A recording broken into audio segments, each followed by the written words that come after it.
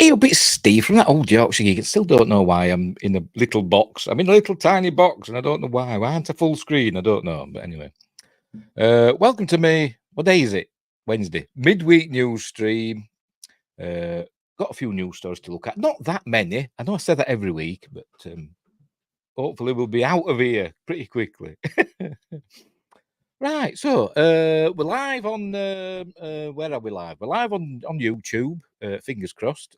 Yes, we are. And we should be live on Rumble. Let me just refresh this and make sure that's going. Come on, there you go. And we should be live on X. Fingers crossed. Yes, we are, sort of. It's got a little circly thing going. Oh no, it's going now. There we go. Right. So, anyway, yes, I'm trapped in a glass case of emotion. I should have some milk. Dear. I don't know why it's doing this. I don't know. Hang on, let me try something. Right, so if I do that, right, move that to there, and then if I do this, no, still ain't doing it. It's most peculiar. Maybe StreamYard has made a change. I'm going to have some fancy thing in the background now, aren't I? I'm going to work this out. I am. I don't care. I don't care. No, that's over there. Still not doing it, is it? Is it that one? Ah, let's try that. No, still not doing it. Never mind. It don't matter. Anyway, Windgrace says, "Don't worry, I had my camera in the wrong aspect ratio for over a year. It's easy done." And Josh Temple's here, harpoon at the ready. I hope. Because it may be needed. Right, so what was I saying? I've forgotten. Yes, we're live on all those things. Don't forget, like and subscribe, share the videos, drop a comment, hit the notification bell. If you subscribed already, hang on, just a minute, I'm moving things about.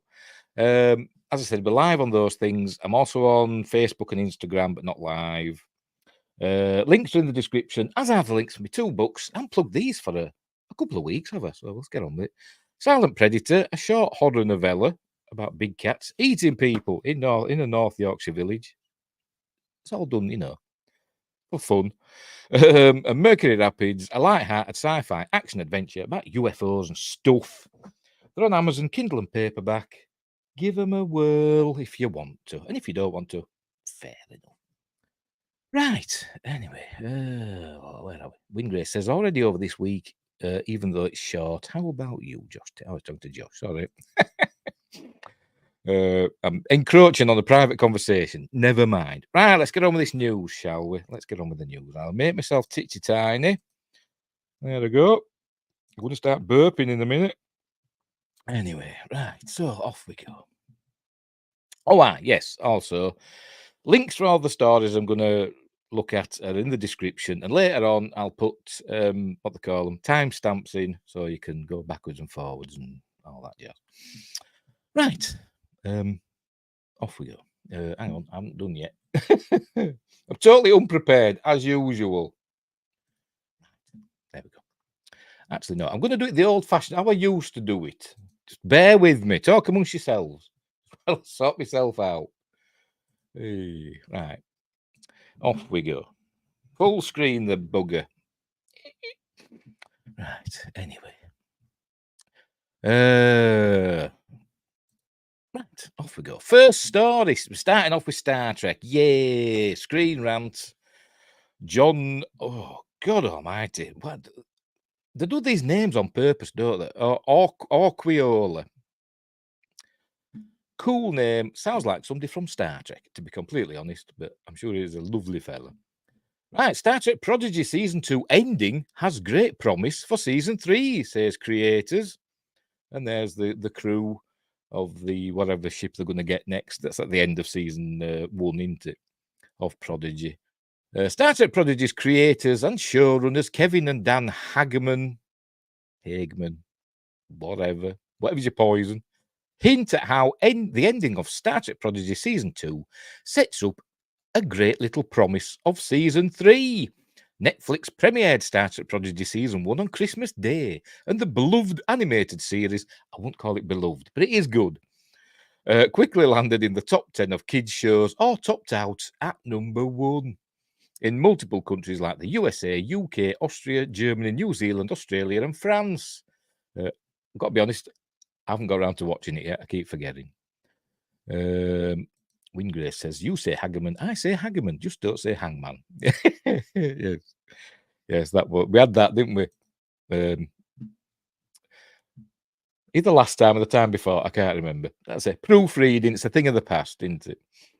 Anyway, as hoped for, Netflix's global audience is discovering and enjoying Star Trek Prodigy, which bodes very well for Season 2's upcoming premiere later in 2024. If only Paramount Plus had thought this way. No, they dumped it, didn't they? Because they're idiots. Anyway, Kevin and Dan Hagerman joined Virtual Trek Con's Star Trek and Chill podcast to celebrate Star Trek Prodigy's Netflix success with hosts Ryan T. Husk, Melissa Longo, Anne-Marie Siegel, or Segal. I hate pronouncing things. Jenny R. Johnson, I know how to pronounce that for some reason. Katie Nicolau and Charlene Schmidt, or Schmidt, whatever. The Hagman brothers, I'm just going to call everybody Fred from now on.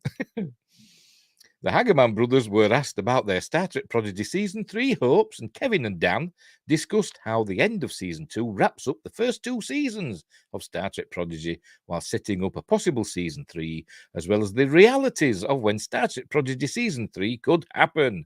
Check out the Hagerman's quotes and watch the video below. I don't think we'll watch the video, but we'll check out the quotes. Dan Hagerman says, the end of Season 1 we think is great. End of Season 2 is equally great, and it has this place where it feels like it wraps up. Are we gonna get Chakotay back? That's what I want to know.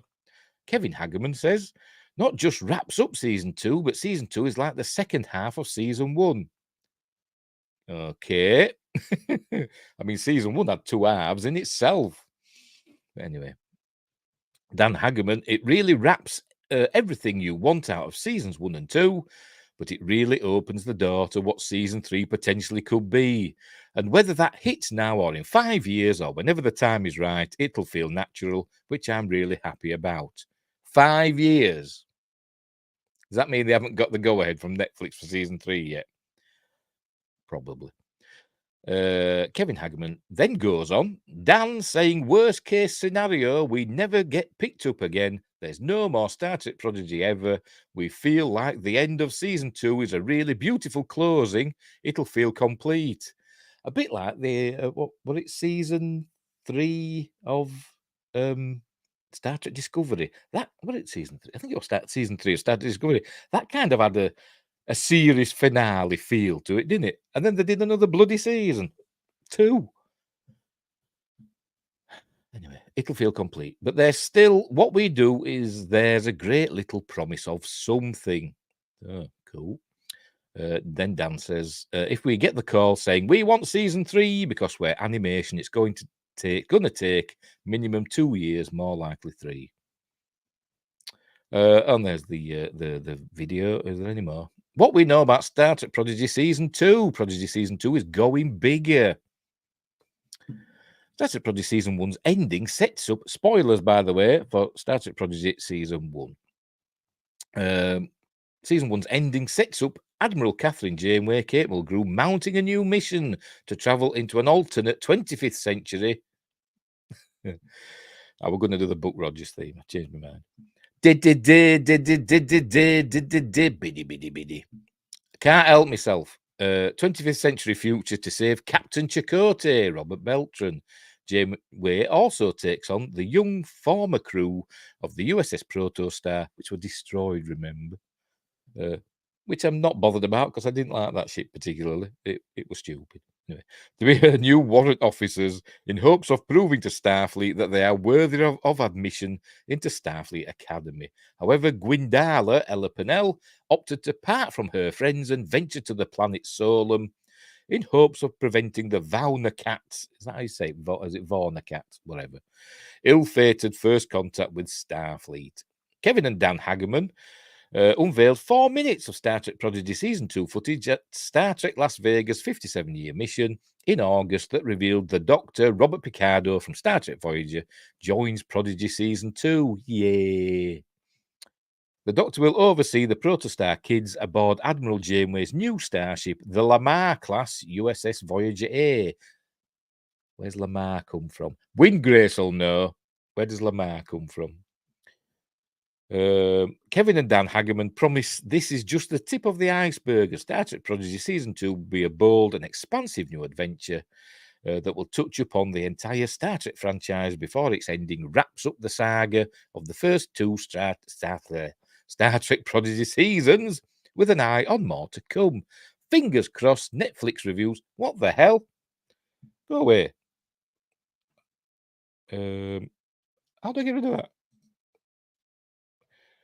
Unbelievable. I don't want to do anything. If I just click continue, will it disappear? No, I don't want to fill in that field. Bugger off. If I press... No. How do I get rid of this? I don't want to bloody sign in. Oh, well, whatever. We'll read it right up at the top there. I forgot where I was now. Oh, there we go. That's probably season 1 is streaming on Netflix. Blah blah blah blah blah. Yeah, that, fingers crossed. Yes, that. Anyway, we're done anyway. Unbelievable screen rant. Right, supposedly named for Hedy Lamarr. All right, okay. Who, apart from being an actress, also, you know, was a scientist, wasn't she? And she helped develop what would become like Bluetooth and wireless communications and stuff like that. She led the way for that, didn't she? Way back in the 40s and stuff like that, didn't she? Cool. Fair enough. I knew he'd know. Told you Wingray said no. Told you he'd know. He knows everything. Right, so there we go. We can't look back at that because why has that appeared? It got on my nerves as that. I'm going to start getting angry. So looking forward to season 2. Have we? Do we know when it's coming yet? Season 2? I don't know. Apparently it's just about done, isn't it? So hopefully it won't be too long. But anyway, right. So we'll move on. Get rid of that bloody screen rant. So first they did a thing where it totally screwed up if you had an ad blocker on. And then obviously lots of complaints, so they got rid of that. And now they're doing this. Create an account to keep reading. That'll disappear soon. Right. Anyway, let's move on. We're sticking with Star Trek Prodigy, and unfortunately, we screen rant. Hopefully, it won't do that again. But here we go. Right. Star Trek Prodigy broke tradition with the USS Protostar, says Mark Donaldson. Fitted with a revolutionary proto drive, it was stupid. I'm sorry, but it was. The USS Protostar was Prodigy's super fast hero ship, and it also broke a huge Star Trek tradition. Spoilers, etc. Right, Star Trek Prodigy broke a major franchise. I can't speak to that. Franchise tradition in the season 1 finale, marking the USS Protostar as a unique Star Trek hero ship. When Dal-Ra'el, Brett Gray, and his fellow prisoners discovered the Protostar underneath the Tars Lamora prison colony. Did we ever find out how it got there? I've obviously watched it, but I've forgotten. They become involved in an elaborate Trojan horse plot against Starfleet and the Federation, which may have led to the destruction of the Enterprise E, maybe, or at least the crippling of it and subsequent decommissioning. Anyway, guided by hologram Janeway, Kate Mulgrew, the young cast of Star Trek Prodigy learned what it took to be a Starfleet officer and ultimately made some heroic sacrifices that saved the Federation. The USS Protostar was a unique Star Trek ship because it didn't use conventional warp drive. Well, yes, it did, but it had like a booster thing, didn't it? The proto drive, whatever it was called. It was stupid. Conventional warp drive, like the franchise's other hero ships. However, Star Trek Discovery's revolutionary spore drive meant that this particular franchise tradition had already been broken in 2017. And yet, the USS Protostar is still a unique starship. Well, not anymore, it got destroyed, didn't it? Due to its proto drive And it's stupid. It's just like a booster thing that it just opens up at the back of the ship and it just makes it go faster. Ow! I don't know. Has it ever described how it works?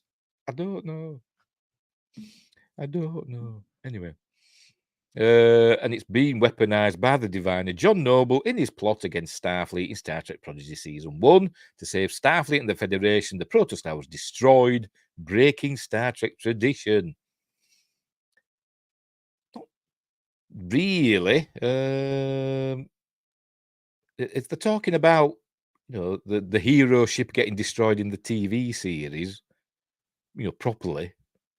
I mean, yeah, that didn't happen in the original series or in Next Generation, but the Defiant got destroyed in Deep Space Nine, didn't it? And then they immediately got a new one and just painted the name Defiant on it. Poor Sao Paulo, eh? Anyway, never mind. But anyway, see what they say. Oh, there's the refit Constitution from Star Trek 3. There's the stupid bloody USS Protostar with its stupid bridge window. When it was overcome by the Diviner's living construct, the USS Protostar had to be destroyed to save Starfleet and the Federation from destruction. I think it formed a sort of quantum slipstream-esque corridor. I don't know if they actually described it. I don't think they did, to be honest. It was just a go faster boost button. Anyway, I still think it was stupid. Forgot what I want now. This makes the Protostar the most short-lived hero ship in Star Trek history. While the USS Shenzhou was destroyed in Star Trek Discovery Season 1, Episode 2, Battle at the Binary Stars, technically, no, it wasn't destroyed. It was disabled. I think it was destroyed later on in the series, wasn't it? I think. It was never the show's hero ship. Star Trek has destroyed multiple starships over the decades, but never during the ongoing series. A plan to destroy the USS Enterprise D in Star Trek The Next Generation Season 6 was nixed, allowing the ship to survive until its eventual destruction in Star Trek Generations. Women drivers. Years earlier, the original series USS Enterprise was destroyed above the Genesis planet in Star Trek 3, The Search for Spock. Technically, it wasn't the original series USS Enterprise. It was the refit from the motion picture. What are you up to? My cat's being naughty again. What are you doing up there? Tell you, every time I start a bloody stream. Each of those enterprises and the USS Defiant in Star Trek Deep Space Nine Season 7 had racked up a long service record before their destruction. Apart from the Enterprise refit. The USS Protostar was cut down in its prime thanks to the machinations of the Diviner. This means that Star Trek Prodigy Season 2 will have a completely new starship, the brand new USS Voyager A, under the command of Admiral Catherine Janeway Cable Crew, where the Voyager A outlasts the Protostar. To also feature in Prodigy Season 3 remains to be seen. What were the Voyager we saw in Discovery? Can't remember which one that was now. And Kerry's here. Yay. Hello, Yorkshire Gig. I made it. And so's, hang on. And so's Laura Smith. Yay. My other live stream just ended. Hey. Cool. New people. Right. Anyway, where were we? And there's a nice thing of the Protostar having a bottle thrown at it. Much like at the beginning of Generations, I suppose, the launch of the Protostar. We've got some other pictures. There's Janeway and Chakotay. Remember, he's stuck in the 25th century with Buck Rogers and Tweaky.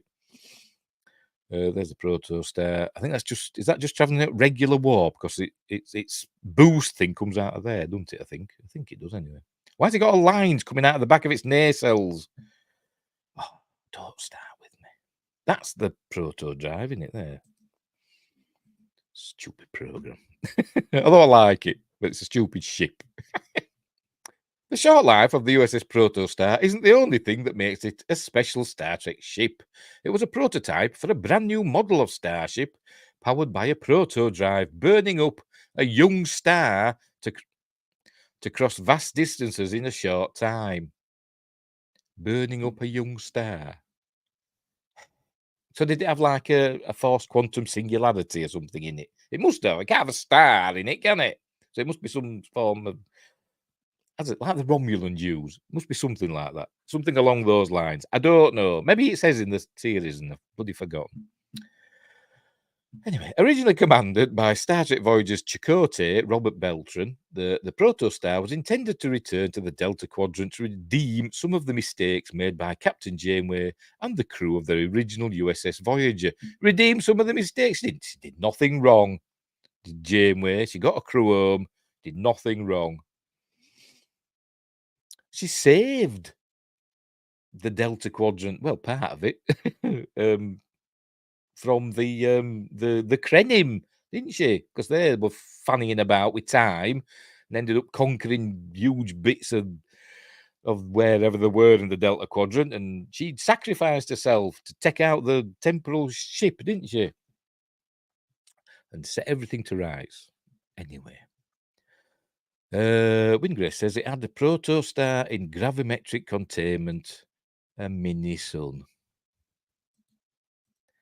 Mini sun, tell you. So the Protostar is essentially a little Dyson sphere. Mini sun, too. Anyway, where were we? Instead, it fell through a temporal anomaly and ended up in the future, where the planet Solum had been ravaged by a devastating civil war caused by basically first contact with the Federation. It all went tits up. And they blamed the Federation, and that's why the Diviner went back in time with his daughter to, and others to destroy the Federation. Right. Captain Chakotay then sent the Protostar back in time, hoping that it would remain lost forever so that the living construct could never be activated. While that plan didn't work, the USS Protostar played a major role in inspiring the next generation of Starfleet hopefuls. If it weren't for the Protostar and the guidance of hologram Janeway Dal, is it Rael or just Rel? Jank and Pog, Jason, whatever, however the hell you pronounce that. Jank and Pog's the Tellarite. Rock Tack, who's the rock girl. Zero, who's the Medusan. Murph, who's the wibbly wobbly alien. And Gwendala, who's the daughter of the Diviner. Would never have freed themselves from their tragic circumstances, while the USS Protostar may have only burned bright for a brief time. It's made a huge impact on the cast of Star Trek Prodigy and paved the way for the franchise's future. But why is it called Star Trek Prodigy? Gwendala's the prodigy in it, but she's not really, she's just one of the crew, isn't she? She's not the main person in the crew. I mean, they could say Dal's the leader because he takes the captain's position, doesn't he? Why don't they just call it Star Trek Protostar? Or why don't they just call the ship the Prodigy? I don't bloody know. Anyway, it's gone now. They're going to make another. I don't know. Right, so there we go. I just thought I'd share that with you. But like I said, not really breaking with tradition. As I said, the Defiant. Well, eventually from season 3 of Deep Space Nine, with the hero ship, wasn't it, of Deep Space Nine, and that got destroyed, didn't it? As I said, not for long. They got a new one. What else? The Enterprise were destroyed many times in Cause and Effect, wasn't it, in TNG? But that were only temporary. Anyway, and we saw this Voyager get destroyed, didn't we? More than once. But, timey-wimey and all that stuff. And Sci-Fi Quest's here. Hey, pal, sorry I'm late. It's all right. I was late to your stream, wasn't I, the other day? I didn't even realise it had started. I went, oh, bloody hell. Anyway, never mind. Right, let's move on. What we got next? All right, here we go. As you may know, Steamboat Willie, the Steamboat Willie version of Mickey Mouse has gone into public domain, and now everybody thinks they can do whatever they want with the Steamboat Willie version of Mickey Mouse. But I think Disney's putting its foot down a bit, or it says it's going to. So that's why I've removed Steamboat Willie from my logo. I put it in for like a couple of days. I thought I won't risk it. Right, so here we go. This is from NME, Max Pilly. Mickey Mouse goes on murderous rampage in new slasher horror trailer. The first version of the Disney character entered the public domain for the first time this week, and there he is, going or whatever this whistles. Mickey Mouse is set to transform into a ruthless serial killer in an upcoming slasher film after the character entered the public domain for the first time this week. As of New Year's Day, the earliest ever published version of Mickey Mouse, the 1928 animated short film Steamboat Willie, passed into the public domain, meaning that artists and creators are now able to use the intellectual property in their own work. But it's all very confusing and complicated, intellectual property law and public domain and all that. Sarfaqua says, I really have an interest in Mickey Mouse Trap. Looks bad. It's a must-see for me. Is that what this one's going to be called? Oh, it is. Yes, it is.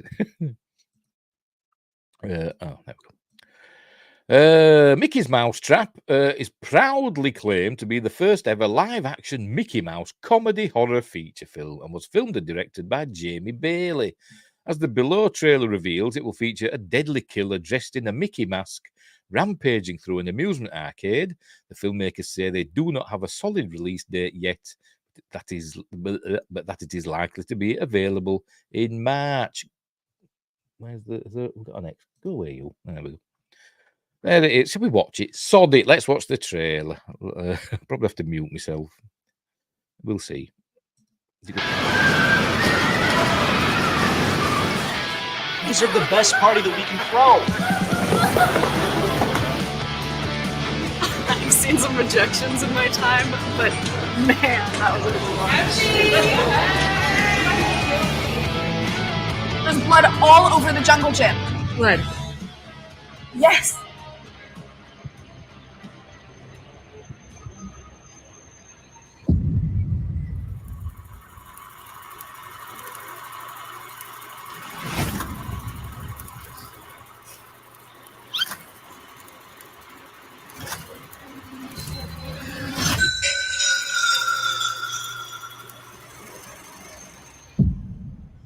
Yeah, he's like completely in love with me already. It's totally disgusting.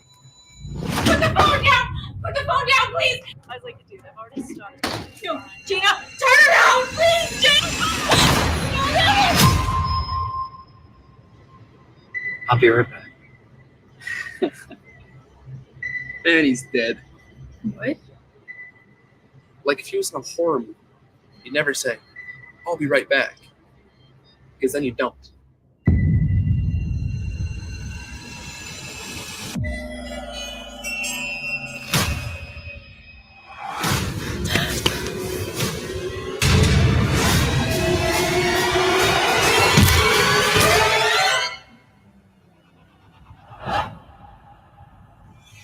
Where the hell did he go?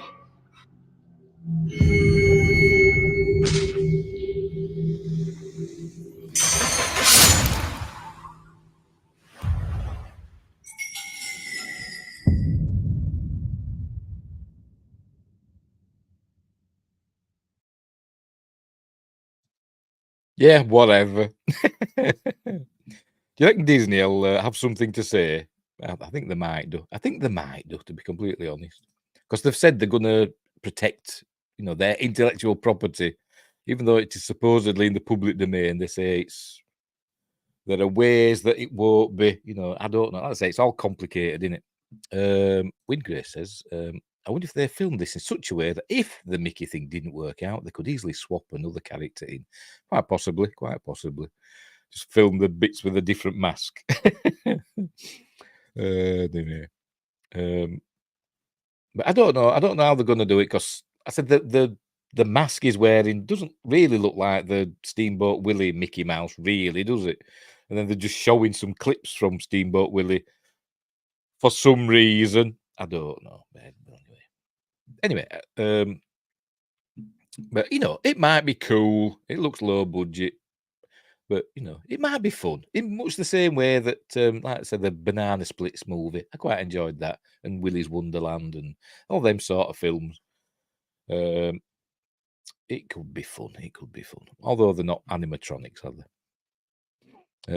Anyway, right. A second unnamed new Mickey-based horror film. There's a game as well, isn't there? Coming out. Is it Infestation 88 or something like that? That's supposedly got a Steamboat Willie in. And there's another game in there called Mouse, which is like a first-person shooter, but in the style of the old black and white cartoons, the Steamboat Willie style cartoons, isn't it? Which looks interesting. But anyway, a second unnamed new Mickey-based horror film will be directed by Stephen Lamar. Do you reckon that's his real name? And its official synopsis states it's Alex's 21st birthday, but she's stuck at the amusement arcade on a late shift, so her friends decide to surprise her. But a masked killer, again, dressed as Mickey Mouse, decides to play a game of his own with them, which she must survive. In a press release, so we're going to get lots of the same films, aren't we? In the press release, Lamar added, Steamboat Willie has brought joy to generations, but beneath that cheerful exterior lies a potential for pure unhinged terror. It's a project I've been dreaming of, and I can't wait to unleash this twisted take on this beloved character to the world. Steamboat Willie has been at the centre of a series of copyright battles over the years, and probably more to come, I imagine. With it first having been set to enter the public domain in 1955. After campaigns and lobbying from the Walt Disney Company, the copyright was extended multiple times, but it expired on Monday. The company does, however, retain the rights to the later, more familiar incarnations of Mickey and Minnie. As I said, I suspect they're going to try and get the copyright back for Steamboat Willie. If possible, I suspect they might. Because Mickey Mouse is Disney, and it is the logo of Disney and everything. So I can't see them being happy that, their icon, their fatted calf, their whatever, is being used in, what they would call seedy horror flicks, low-budget horror flicks. Anyway, a similar situation arose in 2023 with the release of Winnie the Pooh, Blood and Honey, which I've not seen. An independent horror film written and directed by Rhys Frake Waterfield. The original 1926 book by A.A. Milne entered the public domain at the start of 2022, and the horror spin-off grossed over $5 million worldwide against a $100,000 budget. Cool. I've heard it's rubbish, but then I was watching... It might have been Geeks and Gamers Daily, and Jump 3PO were describing it to Jeremy, and he made it sound amazing. So I might actually watch it. I might find it, see if it's as good as Jay's description. Anyway, in a 1-star review of Blood and Honey, NME, New Musical Express, wrote, dressed in dungarees and a lumberjack shirt, Pooh looks nothing like how you remember him from the Disney cartoons, as the Mouse House still hold the copyright to those. True, it's a clever loophole the director has exploited, and that's as far as it goes. Blood and Honey is a sticky mess of a movie. I'm going to look that up. I'm going to see if I can find that. So yes, like I said, the Disney cartoons of Winnie the Pooh, those characters, they actually look like the ones in the book. Remember, the books by A. Milne were illustrated, weren't they? And used to, up in the margins of the writing and stuff, there were all the illustrations and that, weren't they? So they just based their cartoons on those. I don't know who did the illustrations. Was it A. Milne themselves that did it, or somebody else? I don't know. But anyway, so there we go. So there's films coming out, 2 that sound identical, Mickey's Mousetrap and an unnamed one. And also the games that are coming out. And but I think Disney will clamp down. I think they will. I think they'll clamp down and start punishing people. Because they'll take somebody to court, won't they? And like I said, they're a gazillion-dollar company, so they can afford to take somebody to court, and like some low-budget film director, producer, whatever, won't have the money for a dragged-out court case, will they? So I think that's what's going to happen. So that'll stop any more happening. So I think we might see this initial flood, and then they'll peter off. We won't see any more because Disney will start flexing its muscles to there. Right, let's move on. Let's move on. Which one are we on next? Right, this is the one that's probably going to have me shouting and getting angry. Star Wars. But anyway, before we do that, hang on, let me get out of this again. Hang on, where are we? Oh, I haven't done it yet. Never mind. Wingray says, how many redubs of Steamboat Willie will we see for the next year? Yeah, probably lots, yes. There'll be Steamboat Willie music videos and all sorts, won't they, coming out? Oh, Willie, yes, whatever. Yes, we'll see all sorts of things, won't we, with Steamboat Willie. There'll be a lot of redubs, won't there, on YouTube, setting him to music or adding dialogue. Probably rude dialogue, to be completely honest, but it's going to happen. It will. Right. Anyway, so let's move on. So, Star Wars next. This is from Inverse. Who's written this? Livy Scott. The next Star Wars movie is a historic first for the franchise, except it's not. There's Ray. Price drop alert at Temu. Something to do with the toilet. Bizarre. Anyway, after almost 5 years, the Star Wars saga is finally heading back to the big screen. Lucasfilm has a few promising films in the pipeline, but there's one in particular that will present a historical shift for the franchise. The Untitled Star Wars sequel starring Daisy Ridley. It's not going to happen. I don't think it's going to happen. Ridley will reprise her role as Rey Palpatine. Spoilers. This time in a sequel set some 15 years after her last appearance in Star Wars The Rise of Palpatine. I'm not going to call it Skywalker. I refuse to call it Skywalker. Not much is known about the yet untitled film. Some have suggested it's going to be the new Jedi Order, but whatever. It's not going to happen anyway, I don't think.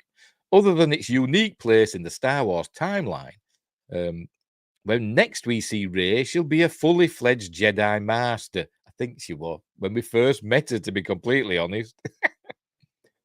She might even be teaching an all-new class of Jedi hopefuls in the ways of the Force. If all goes to plan, the film could further the downright radical ideas that the sequel trilogy first introduced. But that won't be the only interesting development. What the bloody hell they're talking about? But I've heard the story supposedly there's going to be maybe 2 sets of twins in this film, and one of them's going to be a goodie, and one of them's going to be a Jedi, one's going to be a Sith. In the 2 sets of twins, and they're going to get mixed up and all that. That's what I've heard. I don't know if it's true or not. But Josh Temple says, see, the Sith won and Rey Palpatine is a Sith Lord. Yes. They're going to subvert our expectations. I mean, we saw her as a Sith, didn't we, in Rise of Palpatine, with the sharp teeth and everything, and her stupid penknife, whatever, lightsaber. Anyway, never mind. Lucasfilm's Rey movie will be helmed by Oscar-winning filmmaker Sharmeen Obaid-Chinoy. She's the first woman and the first person of colour to direct a Star Wars film. Technically correct. Although she's not the first woman or the first person of colour to direct Star Wars, because there've been quite a few, haven't there, now on Disney Plus. Anyway, and it's not a responsibility, but they're not movies, are they? And it's not a responsibility she takes lightly. Wingrace says, I don't know, that pregnant Rey pic that was floating around a few months ago grabbed my attention. Yeah, I don't think that was real, was it? You never know. But I still don't think they're making it. Speaking to CNN on New Year's Eve, Obaid-Chinoy confessed to feeling thrilled about the project and about the doors it could open for other female filmmakers. It's not about Star Wars anymore, is it? It's not about Star Wars. It's not about, oh, I love Star Wars. I want to continue this story that George created 50 years ago, nearly. And, and I've loved Star Wars all my life, and I'm a big fan, and I just want to continue the stories in a galaxy far, far away. Drinking game. I can't be bothered. No, it's about, well, as was said over on Side Trek, it's about the message. Echo. In it. That's all it is. That's what it's about. Right. I feel what we're about to create is something very special, the director mused. We're in 2024 now, except they want it when New Year's Eve. So you were lying then. Unless you meant they're in Australia or something like that.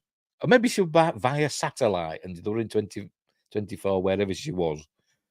I don't know. And it's about time that we had a woman come forward to shape a story in a galaxy far, far away drinking game.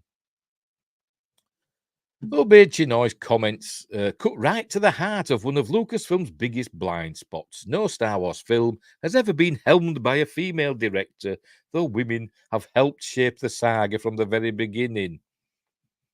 Star Wars wouldn't be what it is today without editor Marsha Lucas, that's true, or screenwriters Gloria Katz and Lee Brackett.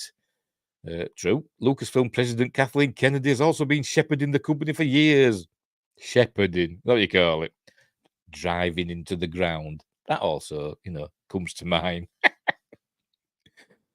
They're all about the message, but they don't get my message. What's your message, Sci-Fi Quest? What's your message? Be careful leaving messages, if that's what you're on about. Anyway. So there hasn't been a total dearth of female leadership, but, there should have been, shouldn't there? The female leadership they've had is a dearth, isn't it? Can't say it's been, good, can you? Although I like Force Awakens and I love Rogue One, but after that it just goes all to pot, doesn't it?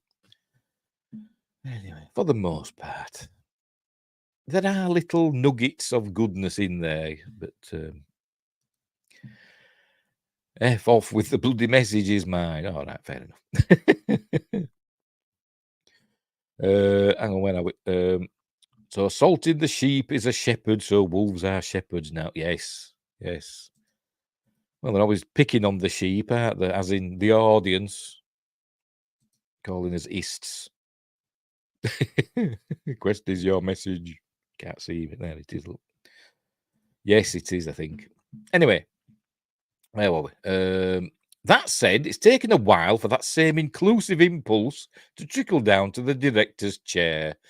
The franchise has made great strides on the small screen, but getting a female director's Star Wars film off the ground has proven more difficult. Don't forget, what's her face? I've forgotten her name already. The Wonder Woman director, who I think's super hot.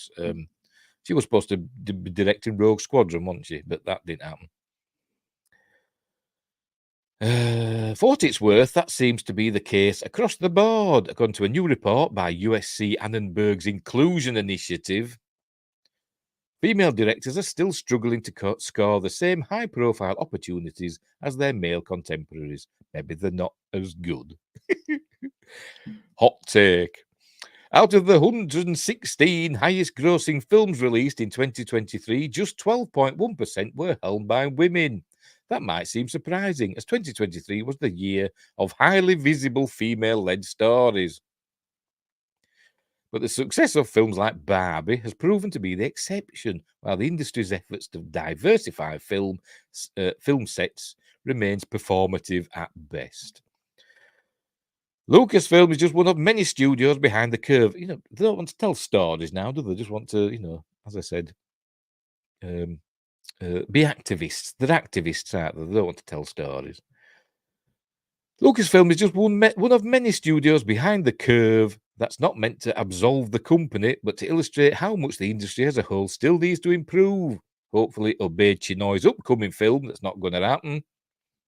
Yes, Patty Jenkins, yes. Patty Jenkins, yes.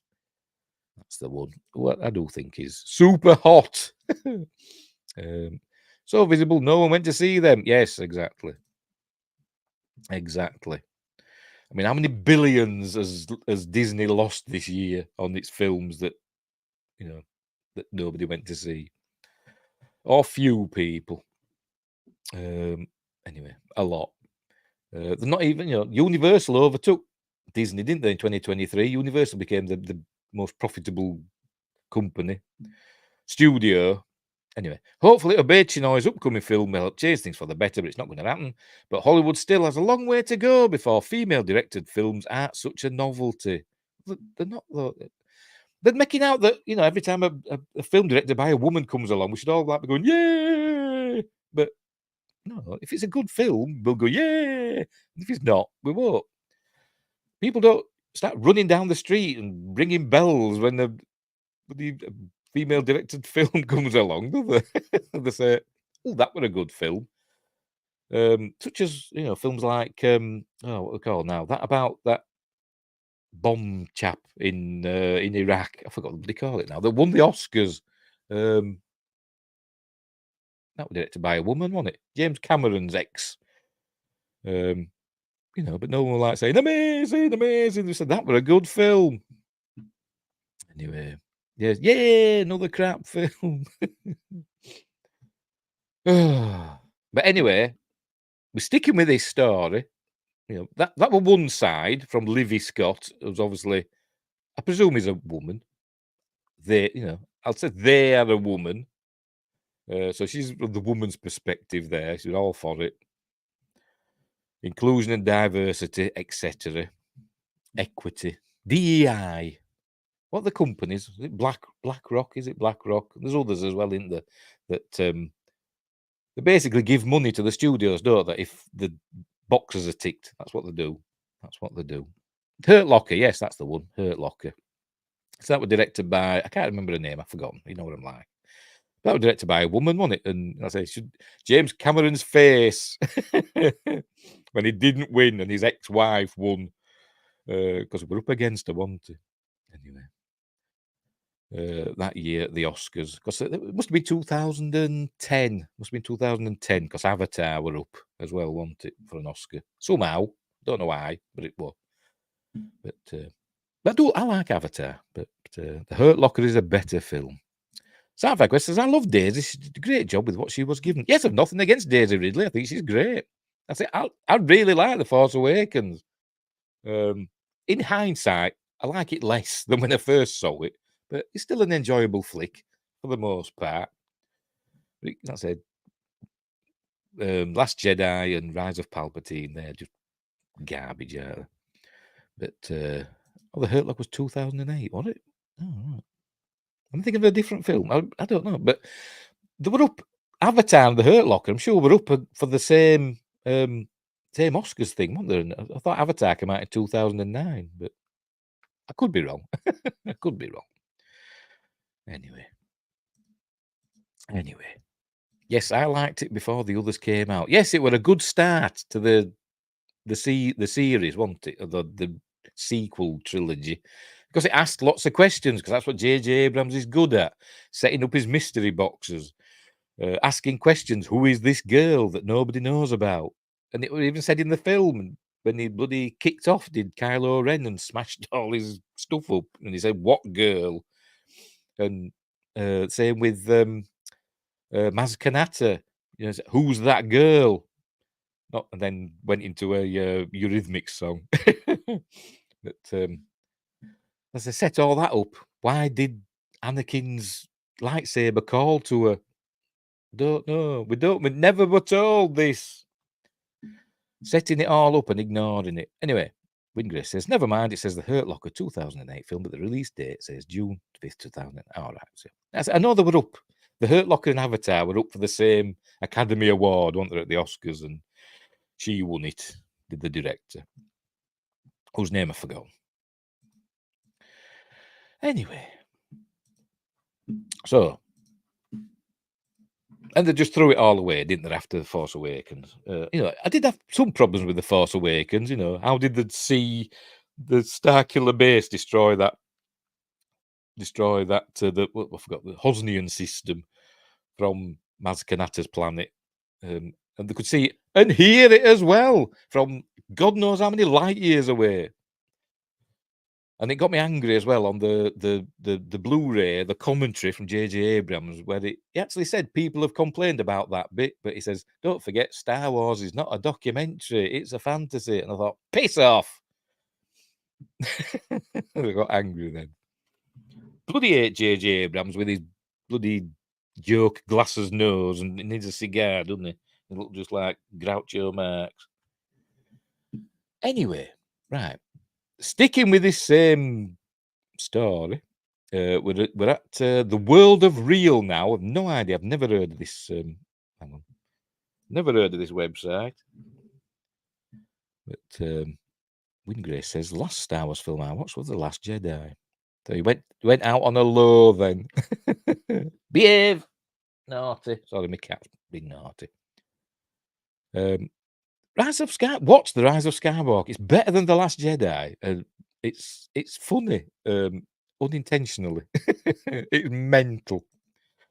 It's mental. But it's a lot more fun than Last Jedi. Give it a whirl. Go for it. Anyway, right, here we go. So here we are. What are we on? World of Real. Fanboy anger. By the way, Jordan Ruimi wrote this.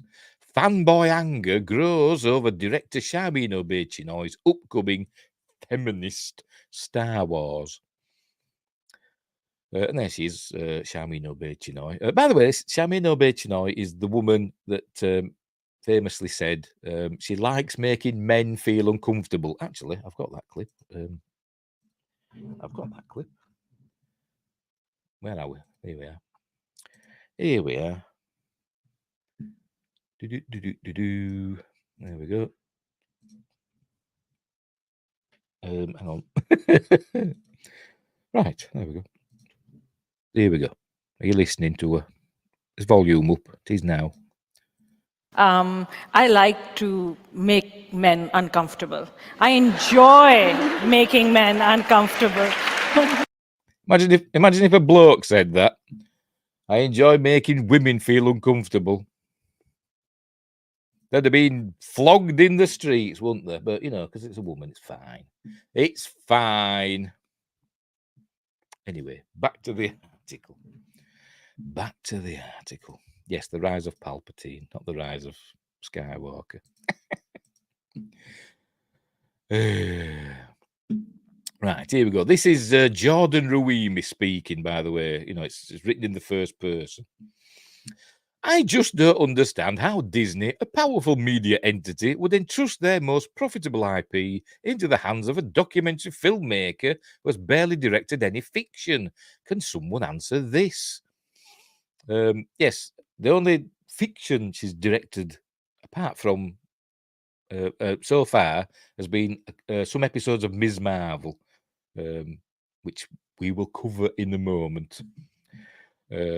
But she's a double Oscar winner for her documentaries. But like I say, she's an activist. A documentary all about, women in Pakistan and all that stuff, women's rights and all stuff, which is cool and amazing. And she won awards for it. But why does that mean she can direct a Star Wars film? I don't know. Anyway, Sci-Fi Quest says, I enjoy making women uncomfortable. It's called foreplay. Oh my. Well, I need that. I need to know my clip, don't I? I don't have anything that'll do. But never mind. No, I haven't. Never mind. The only little clips I've got, but none of them are relevant.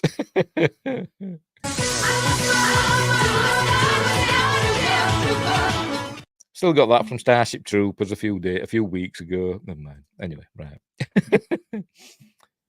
Anyway, where were we? Oh, yes. Documentary filmmaker was barely directed any fiction. Can someone answer this? Yes. Sharmeen Obaid-Chinoy was chosen to direct the next Star Wars movie, The Jedi Order, or New Jedi Order, or whatever, which will have Daisy Ridley's Rey back in fray.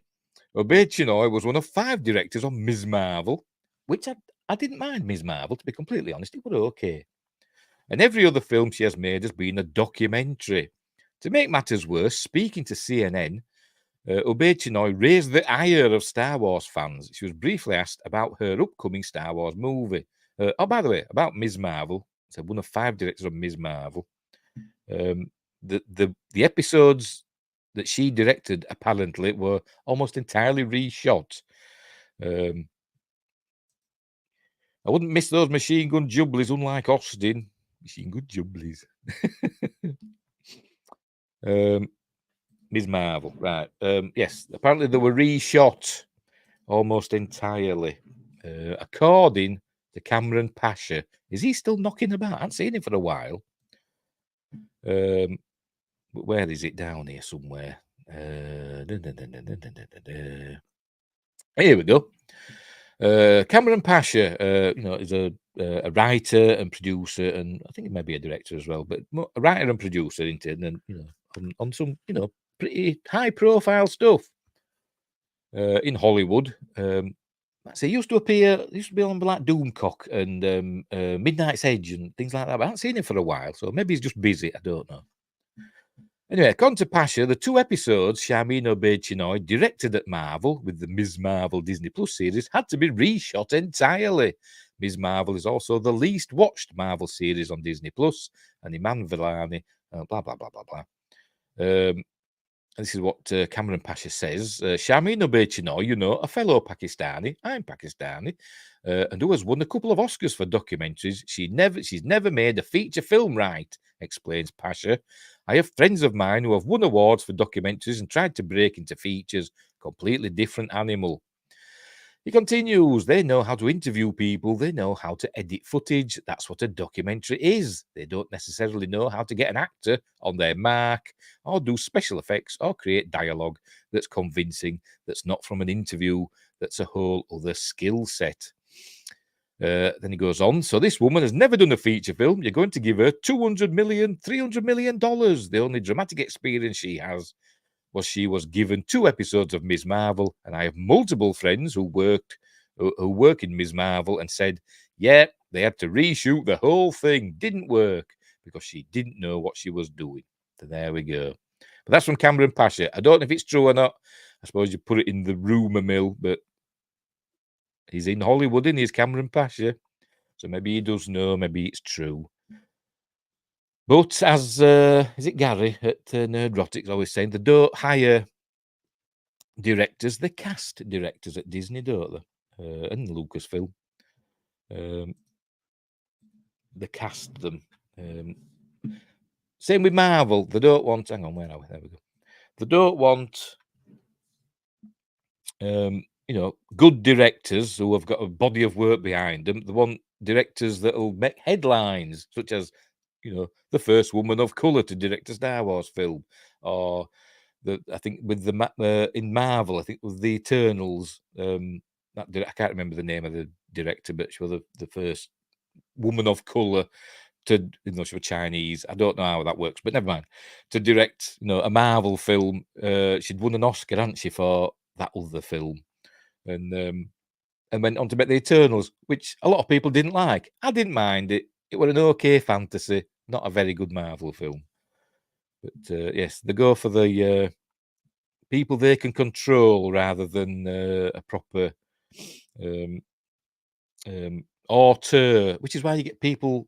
Why it's odd that something like Sam Raimi would take a Marvel job when he's seen what's happened with people like the fellow that did Doctor Strange, whose name I've forgotten. He also did like horror films, Sinister and stuff like that, didn't he? And I've forgotten his name.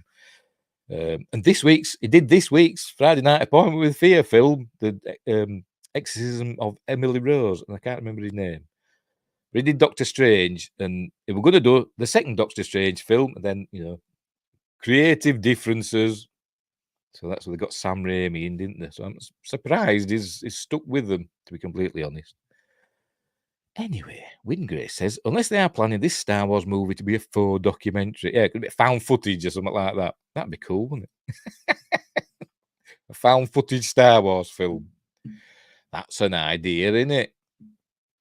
It'd be like Troops, wouldn't it? That was a faux documentary, wasn't it? Remember Troops? Probably the best Star Wars fan film, in my opinion, is Troops. Cool. Anyway. Where were we? I forgot where we were now. Here we go. Yes. To make matters worse, speaking to CNN, Obaid-Chinoy raised the ire of Star Wars fans. She was briefly asked about her upcoming Star Wars movie, which she states will be something very special, that it's about time a female director leads one of these movies.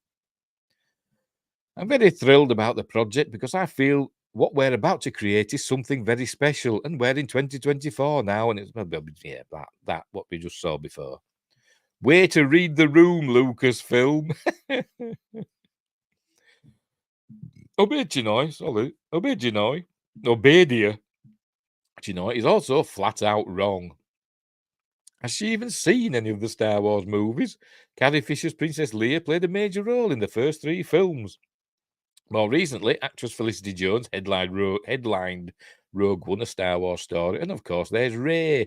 Don't forget all the other female characters that are, Ahsoka and Hera and Katie Sackhoff's character, what's the face in The Mandalorian? Loads of women. There's all women in it. The Force is female, after all.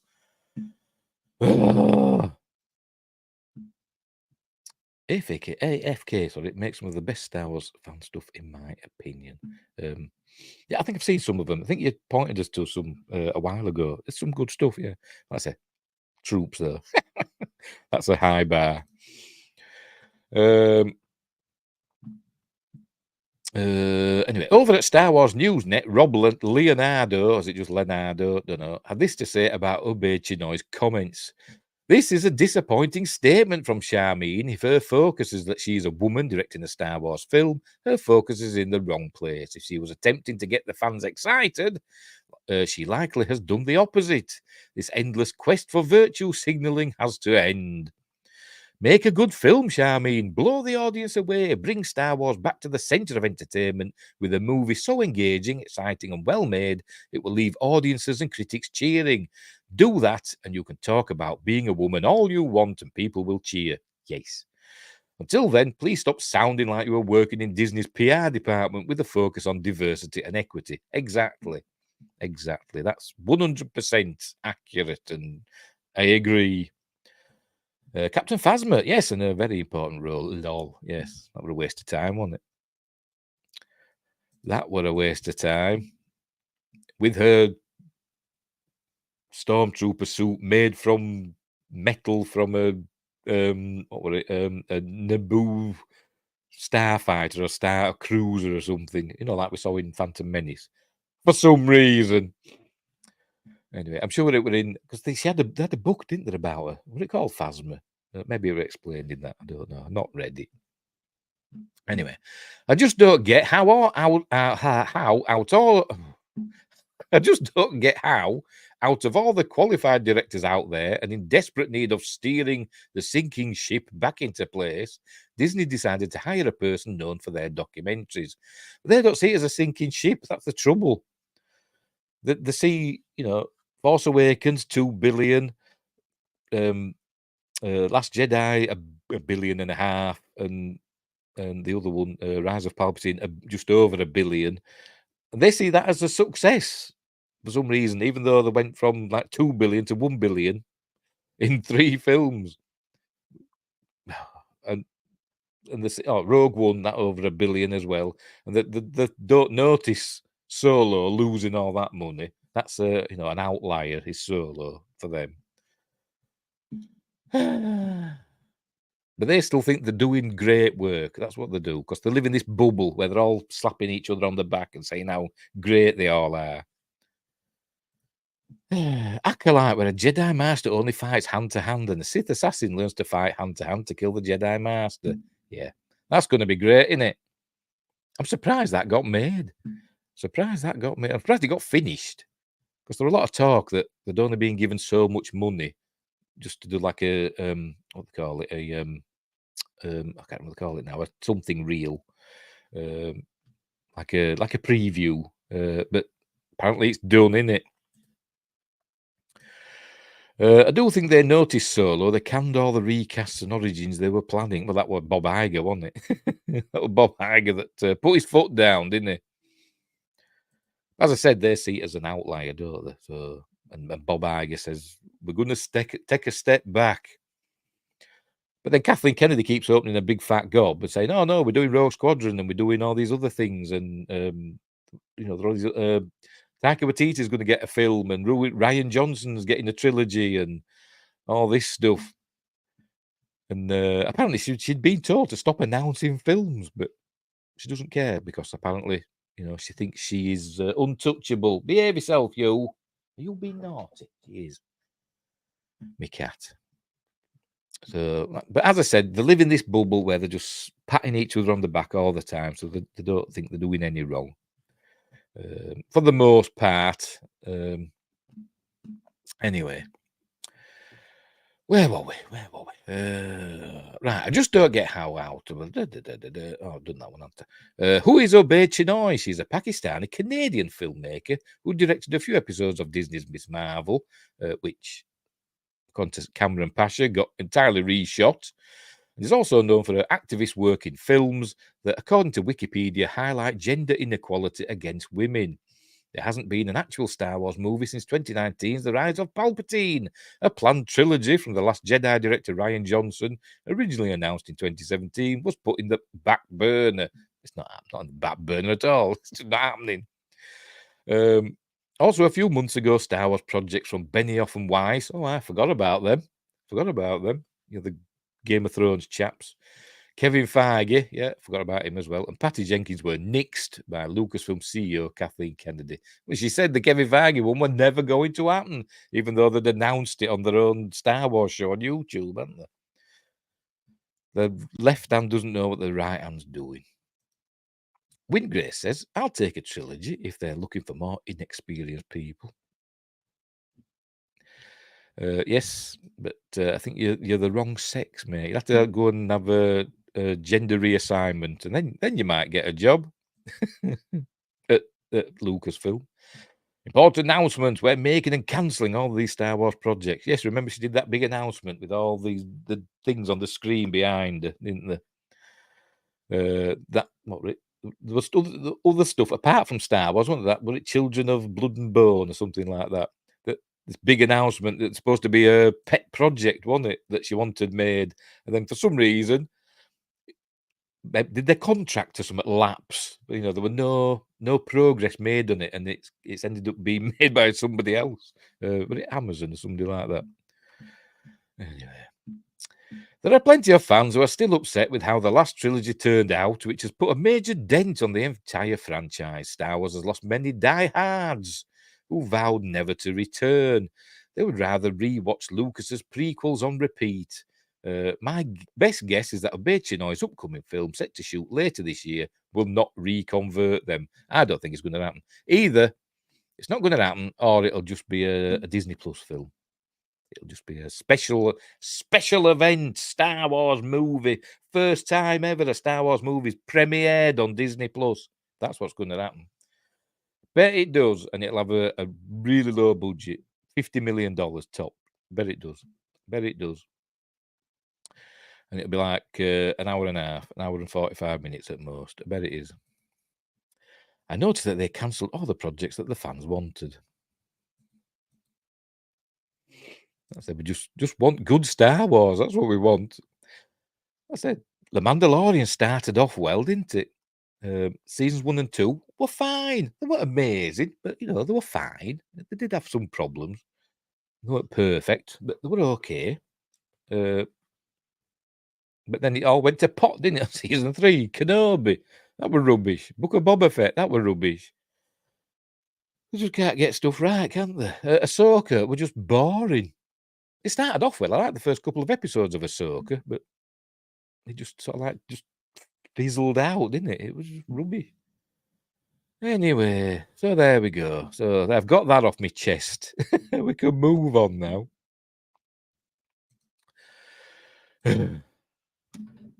Just make good Star Wars, please. Never mind a message. Never mind, DI. Never mind ticking boxes. Just write and make a good Star Wars film. In the spirit of what George Lucas created. $50 million budget. When the budget is released, it'll be $500 million. Apparently, that's what Force Awakens cost, isn't it? It's come out, hasn't it? Sometime last year or whatever, that the actual budget for Force Awakens was something around $500 million. Unbelievable. Apparently, some people loved Ahsoka. I just watched a ranking video that put it as the best show 2023. Fine. That's fine. That's fine. I didn't hate it. It was just a bit boring, wasn't it? And a bit rubbish as well. But you know what I mean? But, you know, it wasn't the worst thing I've ever seen. But anyway, where are we? It was sticking on Star Wars. I think, I wouldn't say I think they're all Star Wars stories now, but we've got a bit of Godzilla at the end and King Kong.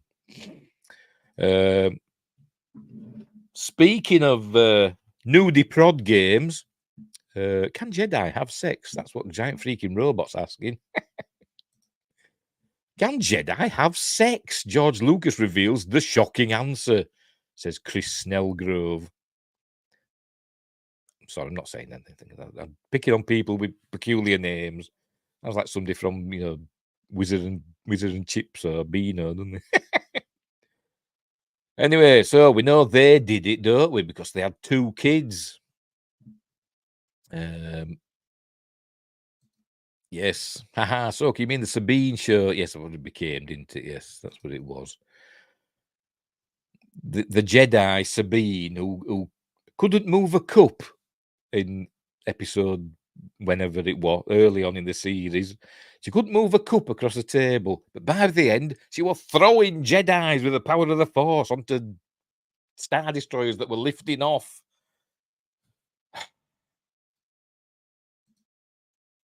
Not saying you're wrong. It just surprised me. Anyway, sex. Right, to Star Wars fans, one of the most obvious drawbacks to being a Jedi is that these sci-fi space monks can't have sex.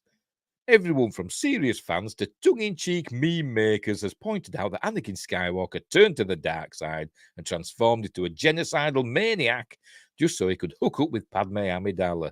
I mean, look at her. Yeah, I'd no, I wouldn't. I'd murdered a few younglings, but no, I wouldn't. But he doesn't think he does he? Because we've seen it on Robot Chicken. He thinks he's just cutting sunflowers. Anyway, I forgot where I want now. There we go. But it turns out that Jedi don't need to turn evil to get a little action. Over 2 decades ago, George Lucas confirmed that Jedi Knights are celibate, claiming that the things are forbidden the things that are forbidden are, see, proofreading, thing of the past, attachments and possessive relationships. Do you reckon he was still going through his divorce? He was still bitter when he came up with this rule. This simple claim from the Star Wars franchise creator himself is enough to turn the entire prequel trilogy on its head. After all, even if the Jedi aren't technically celibate, we never seem to see anyone except Anakin Skywalker who is looking for love. Don't forget Obi-Wan had a thing with Duchess Satine, didn't you? Didn't he? I mean, apparently. In fact, if Yoda and Mace Windu are an indication, Jedi spend most of their downtime just sitting in dark rooms and sharing gloomy thoughts with one another. There they are, look, having a lovely time in a field. However, Anakin may be a good example of the fact that it's difficult for Jedi to have casual sex without developing strong feelings for their partner, and this can lead to those forbidden attachments that lead Jedi down the path to the dark side. But as both the non-canonical Star Wars EU stories and current continuity tales have illustrated, the franchise has been relatively loose in its interpretation of Jedi and sex for a very long time. I bet Obi had sex with a Duchess. Bet he did. Bet he did. Bet he's loads of kids around the galaxy. The dirty old man. Anyway, for example, the most famous relationship in the Star Wars expanded universe was the one between Luke Skywalker and Mara Jade. These two eventually got married and had a child together, just as Han Solo and the Jedi Knight Leia Organa did in both the EU and the sequel trilogy. Not quite, just as, you know, it was slightly different, wasn't it? In the old EU books and the most recent Star Wars films, it seems that attachment to a sexual partner, did not lead either Luke or Leia to the dark side, as it did Anakin Skywalker. But they obviously picked the right partners, didn't it? Depends who you pick, doesn't it? Since Disney did away with the EU and removed Mara Jade and her relationship with Luke Skywalker from canon so far, many fans couldn't help but wonder if Luke died a virgin at the end of The Last Jedi.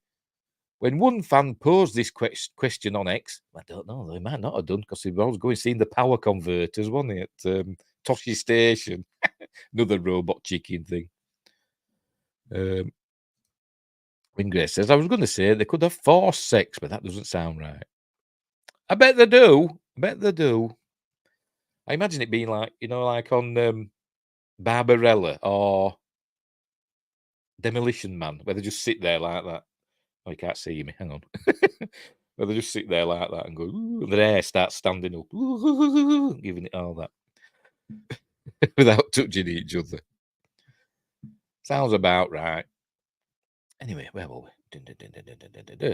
When one fan posed this question on X, Mark Hamill weighed in by claiming that fans could make up their own stories, but in his own head canon, Luke didn't die a virgin. Obviously got some action then on Tatooine, probably. I mean, he was in love with Cammy, wasn't he? Who was played by Cool Stark in the original Star Wars, but we never saw her. But the character did turn up again in Book of Boba Fett, I think. Or was it Kenobi? One of them. Anyway, that won't end the constant nerd debates over the canonicity of Jedi sexuality, but it's interesting to know the man who brought the most famous Jedi to life believes a dusty Jedi code wouldn't keep his character out of the sheets. The old, what is it? Jedi on the streets, Sith in the sheets, or something like that, isn't it?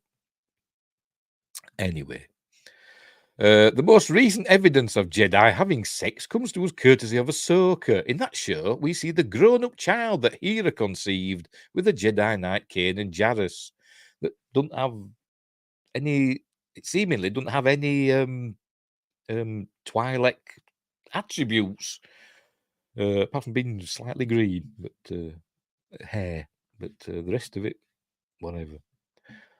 Kanan certainly didn't fall to the dark side due to his long-term and intense relationship. He actually gave his life to save Hera and the others. Yes, in a way that I thought they should have done with what's her face, Princess Leia in The Last Jedi. The way that Kanan Jarrus gave his life, they should have done that for Leia, but they didn't. Anyway, never mind.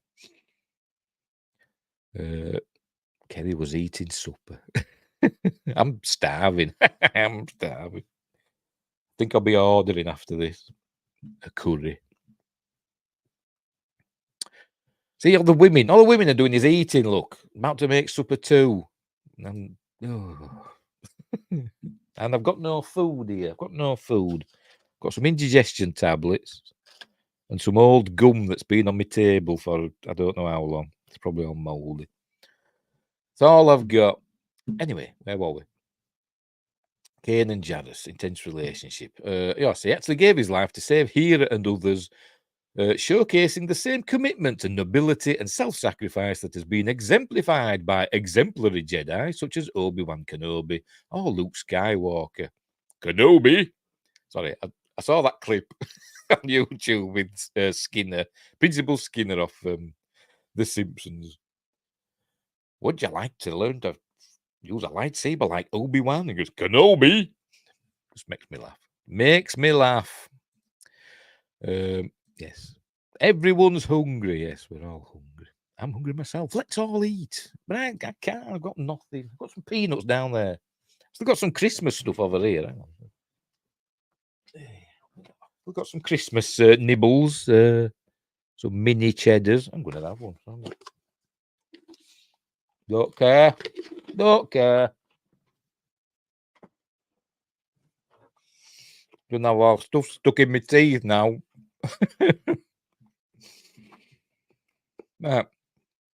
There's Hera's bum, which we saw a lot of in Ahsoka, didn't we, apparently? And a very nice bum it is. Right, what does all this mean to the greater canon of Star Wars itself? Somewhat depressingly, it seems to mean that nobody can make up their minds on the matter. George Lucas thought it was okay for Jedi to get married in the once canonical EU, and then later changed his mind in the prequels. He did that a lot, didn't he? And Disney outright, excuse me, and Disney outright ignored those prequels in showcasing that Leia could be a married mother and a Jedi. Even those prequels, but she decided not to be, essentially, didn't she? Even those prequels made weird exceptions, including letting the cone-headed Ki-Adi-Mundi have 7 children with his 5 wives. Cool. I didn't even know that. I mean, he was just more interested in the separatist attack on the Wookiees, wasn't he? At the end of the day, we can't help but think that Obi-Wan Kenobi could have been a lot less uptight if he spent some of his free time cruising the various nightclubs of Coruscant, refusing death sticks. All he'd have to say is hello there to secure enough sexual partners to make his lost love Duchess Satine Kryze a distant memory. Source BBC? What? Why is that? Why? I'm going to have to check that now. Hang on, let's open that new source BBC. Bear with me. So the BBC talking about Jedi sex, was there? Where are we? George Lucas, I'm still 25. All right, okay. This is from May 2002. The Attack of the Clones is coming out, etc. I'm just looking to see if there's anything about Jedis having sex. Oh, pardon me, I'm burping now. I don't know. Is it a long article? No. There's nothing about having sex in there that I can see. Not that I've noticed. Oh, no, here we go. Jedi Knights aren't celibate. Oh, that's where the source is from. The George Lucas quote is from here. Jedi Knights aren't celibate. The thing that is forbidden is attachments and possessive relationships. But as I said, they were probably still sore from his divorce, which was several years earlier. But anyway.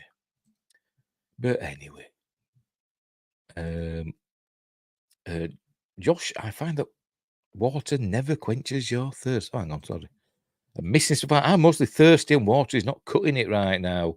I once told, apparently, sometimes when you feel hungry, you're really thirsty. So you just get a drink of water.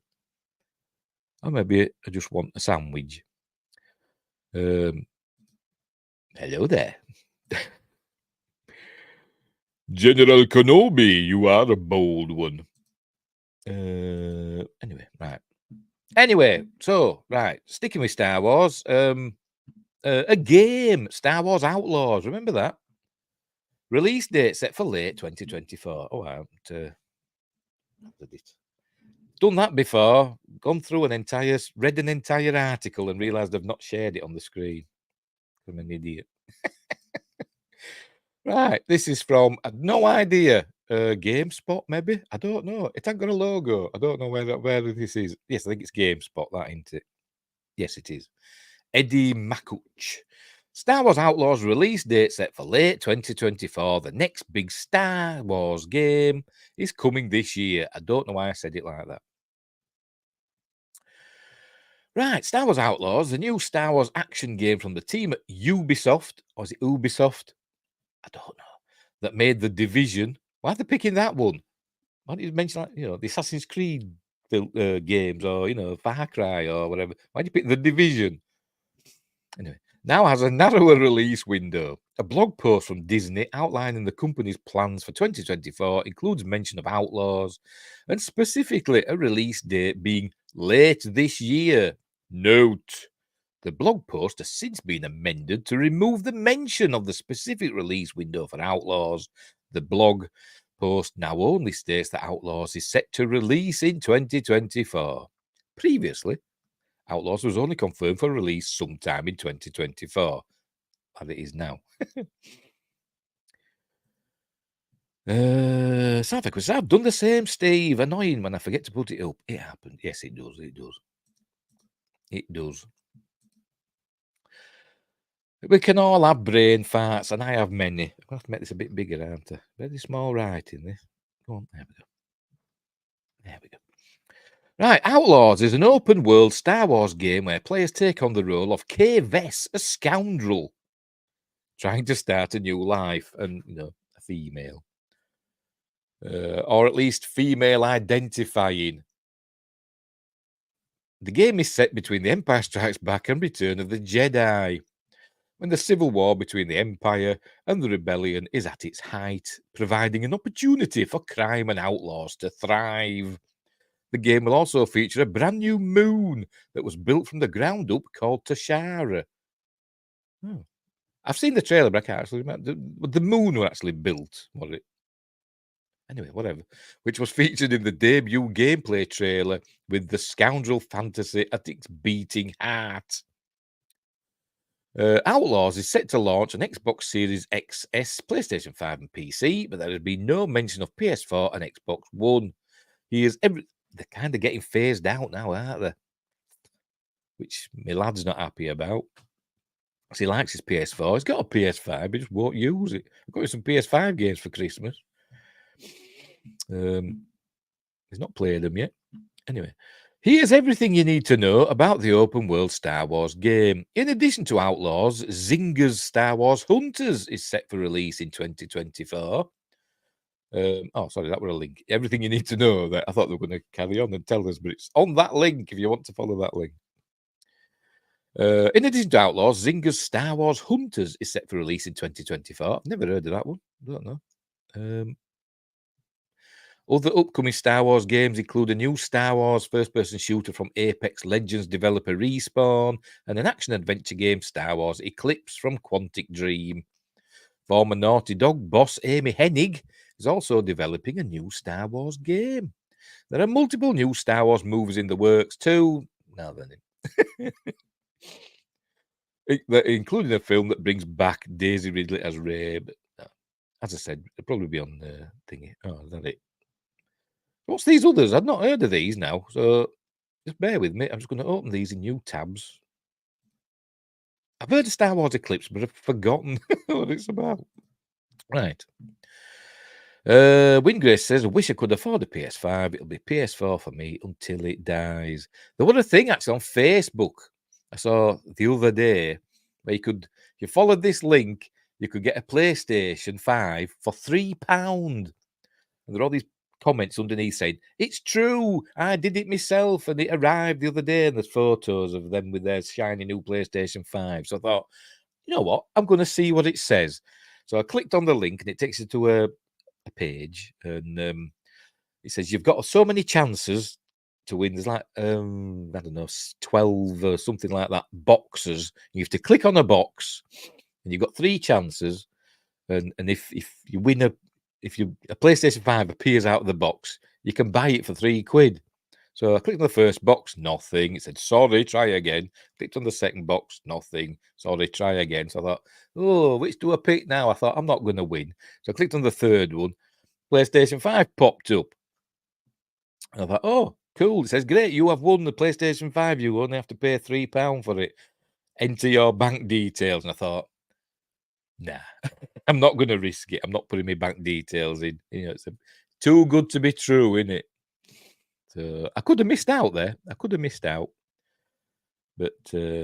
anyway. Sci-fi question. I think most PS4 games can be played on PS5, if I remember correctly. Yes, they can. Except you can't play PS5 games on your PS4. But yes, I play a lot of PS4 games on my PS5. Kenny says, I never buy game consoles brand new. The price always drops off a few months later. So, yes, it does. And they always seem to bring out a slim version, don't they? Just as I have a PS5 and love it. Also have Xbox Series X, but I hate Xbox. I ain't got a Series X. I've got an Xbox One and a PS4, but I never use the Xbox One. But it's there if I need it. Kenny's buggered off somewhere. Probably to get a PS5. Second hand. Anyway, right. I want to see these other games, don't I? Here we go. What's these others then? Star Wars Hunters. Let's have a look. Come on. Oh, it's just links for it.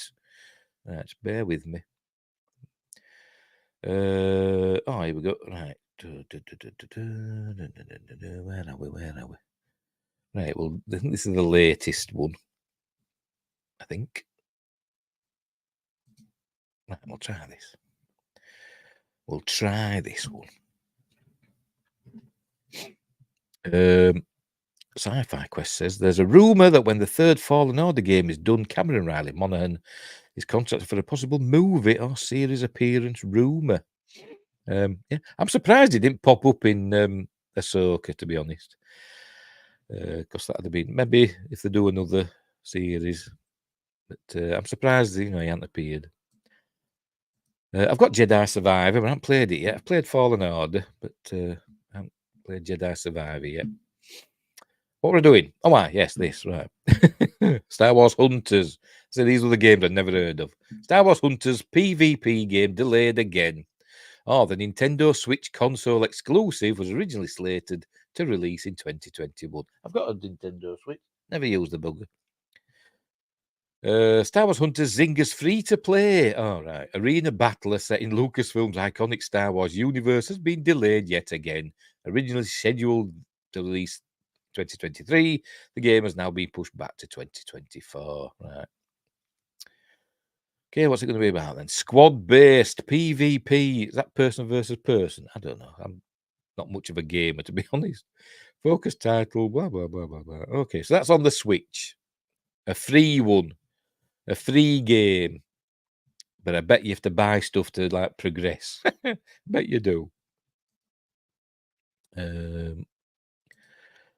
Sci-Fi Quest says, I for one would like to see a live-action movie with Cal Kestis. Yeah. That's it. I want him to pop up, somewhere. In live. Oh, press the wrong button. Sorry. In live action. What's this one? Let's see what it says. Oh, heck, I'm yawning. Good heavens. Free to play to win Star Wars game. Yeah, probably. This one. Right. Respawn Star Wars first-person shooter is inspired by classic Dark Forces series, which is getting a remaster, isn't it? Dark Forces.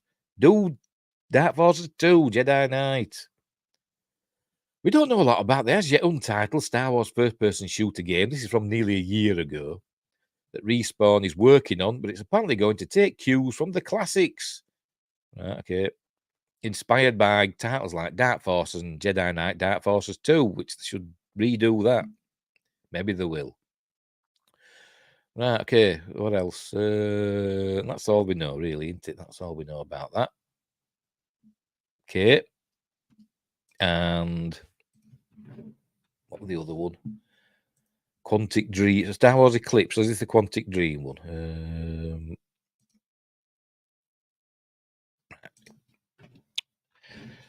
This is the Quantic Dream one. Oh, did games like Fahrenheit, I think. Was that Quantic Dream? Like Fahrenheit and that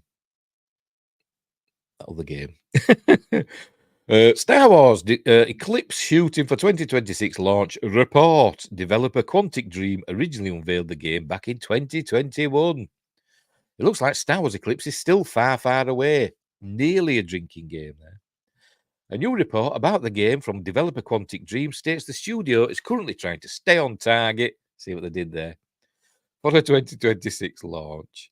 But inside the game, it notes that even 2026 might end up being too optimistic, with potential for Star Wars Eclipse to arrive later than that. Inside the game, it added that the source behind this launch window also tipped off NetEase acquiring Quantic Dream months before it became official. This is from like 6 months ago-ish. New staff, blah, blah, blah. Oh, the studio is still facing blowback after allegations surfaced regarding a poor work culture and sexual harassment. Please, Knight of the Old Republic 3, please, wish they would. You never know. You never know. I never finished the first one. I've got it for the original Xbox. I think I played it on the Xbox One. But I didn't get very far, to be honest. So there we go. So that's gonna come eventually, maybe, perhaps. I imagine it'll be Quantic Dream usually do games where you've got choices to make, haven't you? You usually have a choice to go one way or the other, and it's them sort of things, isn't it? More cerebral, aren't they? Like games like Fahrenheit and that other one that I can't remember the name of. Heavy Rain. That's the one thing. Heavy Rain. They did that as well, didn't they? And that one with I've forgotten Elliot Page before she became Elliot Page. That game, but I forgot what it's called. Something between two souls or something like that. They did that as well, didn't they? Anyway, that's by the by. Right. So, there are other Star Wars games in the offing, but what about? There was supposed to be another one, wasn't there? Or is this that FPS one? There were one like a big open world one, wasn't there? But not Outlaws. Did that get canned? And there was that obviously 1313 that never that never happened, did it? Because they shut down LucasArts, didn't they? Did Disney shut down LucasArts and gave the rights for Star Wars games off to other developers? Unbelievable. Unbelievable. Well, I haven't done yet. Amy Hennig. I forgot about that. I forgot about this story. Amy Hennig, yes. Former Naughty Dog person. Amy Hennig getting a crack at leading the Star Wars game. Visceral Games Project Ragtag is still, unfortunately, quite dead. All right. This is from 2 years ago, nearly. So that's it's probably not going to happen then, to be honest. Unless they've been working quietly in a hollowed out volcano somewhere. I don't know. But there's as much, we know as much about the games as we do about the upcoming films, essentially, don't we? So anyway, which is very little. Right, last story. The last story of the night is from Bounding Into Comics. J.B. Augustine, leaker, spills all he knows about Godzilla X Kong, the new empire, including the return of a fan favourite monster. And I think it was a stupid title, Godzilla X Kong. It's like something they'd carved on a tree or something on a park bench, because they're going out with each other. But oddly enough, I watched, I think on YouTube, I think it was by Cinemassacre, about a Godzilla-thon they had. They were on about all the Godzilla films. One of the old Toho films was Godzilla X somebody else, and I forgot who. But so that's where it comes from. Anywho, Godzilla X Kong, the new empire's release is fast approaching as 2023 turns into 2024. Which means the spoilers aren't far behind. A few have come our way, which excitingly reaffirms suspicions floating around out there on the interwebs. By the way, there's Kong. And there's Godzilla, looking oddly pink. What's he pink for? Hollowed out volcano with liquid hot magma. Yes. I haven't watched them films for ages. I'm going to have to dig them out. The Austin Powers films. However, beyond the usual speculation and low-hanging fruit given away by scrutiny of the trailer, at least one individual claiming to be in the know revealed via Twitter X that Godzilla X Kong will be host to the Monsterverse homecoming of a truly legendary Toho character. Before going any further, we acknowledge that spoilers are a sensitive topic that meet derision as much as skepticism from die-hard fans. Not die-hard, it's Godzilla. Given that we warn you in advance if you wish to remain surprised, but we advise you as well to receive the information as a rumour for now. This is the Scar King Titan. All right, makes his presence known in Godzilla X Kong. I've seen the trailer, but it was a while ago, so I've forgotten. X is used in lots of Japanese titles, usually anime, indicating cross or crossover. But the one a Godzilla one, I'm going to look it up. Godzilla Toho titles. Bear with me. Bear with me.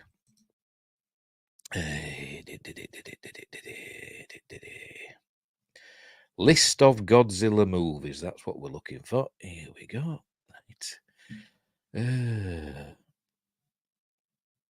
Just bear with me. I'm just scrolling. Scrolling.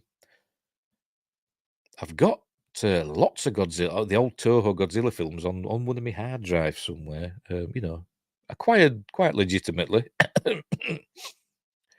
Where is it? Oh, right. Well, I did see it. Oh, there we go. Godzilla X Mothra. There we go. That's where I've seen it. Godzilla X Mothra X Mechagodzilla Tokyo SOS. On Godzilla X Mechagodzilla. So there we go. So that's where they've got it from. I knew I'd seen it somewhere. It's mostly Godzilla versus. Yes, it is. But there are some X's in there. In the old Toho ones. But anyway. Right, so that's where they got it from. Right, anyway, so what we're saying. X account, Divinity Seeker, presented all they supposedly know about Godzilla X Kong a short while back, and their inside knowledge, in quotes, focuses on the hierarchy of the characters in the story. First off, Divinity Seeker claims newcomer Dan Stevens. Ooh, I like Dan Stevens. He's good as Dan Stevens. He was good in... I forgot the name of it. Well, that film he was in where he played a baddie. Something like The Guest or something like that. That doesn't sound right. But he was good in that anyway. He's the lead actor among the humans and plays someone named Trapper. Conversely, the primary villain is a Titan who caused the Ice Age. Cool. Who caused the Ice Age? All right. So we're going to go into... Forbidden Frontier territory now, aren't we? Anyway, Mothra returns. Oh, yes, that's another. There we go. Main villain is the first ever Titan. So he's the Apocalypse or whatever of the thing, and he's an Ice type Titan. He caused the Ice Age. Dan Stevens is our new lead. His character's named Trapper, friendly with Kong, but he kills it in this role, as in. He's really good. Not he kills Kong, I imagine. Mothra returns. I've never seen the appeal of Mothra. I've never seen the appeal of Mothra. I don't understand why Mothra's this amazing monster. She's crap. She's just a big moth that flaps her wings. Anyway, probably get cancelled now for saying that. In Godzilla X Kong, Godzilla's leveled up. That's why the colour changed. Leveled up. Anyway, the account is clearly referring to the creature that was already identified as Shimo, an ancient common ancestor to the Titans that might fall under the authoritarian control of the Scar King, who was the first new Titan we were introduced to in the teaser for Godzilla X Kong that dropped early on in 2023. Much of this was previously established in prior leaks, but Divinity Seeker lays a surprise on their followers we sure haven't heard anywhere else. Jet Jaguar, all right, Jet Jaguar. Oh, dear. The crackers out there. The old Toho films are mental. I'm going to watch one. Tonight if I can find one. Where were we? And there's Millie Bobby Brown. Is she married to John Bon Jovi's son? Did they get married? Anyway, never mind. Oh, well, and then what's her face? Vera Farmiga. Is that how you pronounce it? Or Farmiga? I like her. I like Vera Farmiga. I like her eyes. In the thread, they say Mothra returns, but don't provide further details. When last we saw the Queen of the Monsters, she had returned to her larval stage after dying by gravity beam, though not before bestowing her essence on Godzilla at the climax of the King of the Monsters. But that was crap of that. That was crap of that film. What about Mecha Ghidorah? Yeah.